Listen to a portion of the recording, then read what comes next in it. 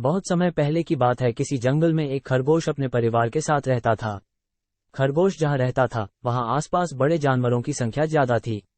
खरगोश और उसका परिवार हमेशा इस बात से डरे हुए रहते थे कि कोई जानवर आकर उन्हें नुकसान न पहुंचा दे। उन्हें अपने घर के आसपास जरा भी हलचल सुनाई देती थी तो वो झट से अपने बिल में छुप जाया करते थे।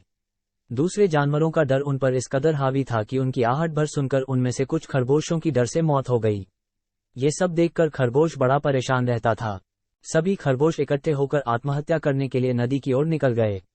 नियत समय पर खरगोश और उसका पूरा परिवार नदी के पास पहुंचे। नदी के पास कई सारे चूहों के बिल थे। जब चूहों ने खरगोशों को आते देखा तो वो सभी डर गए और इधर उधर भागने लगे। कुछ चूहे बिल में घुस गए तो कुछ नदी में गिरकर मर गए। चारों तरफ अफरा-तफरी का माहौल था। ये पूरा वाकया देखकर खरगोश दंग रह गए। उन्हें इस बात का यकीन नहीं हो रहा था कि उन्हें देखकर भी किसी में दहशत हो सकती है।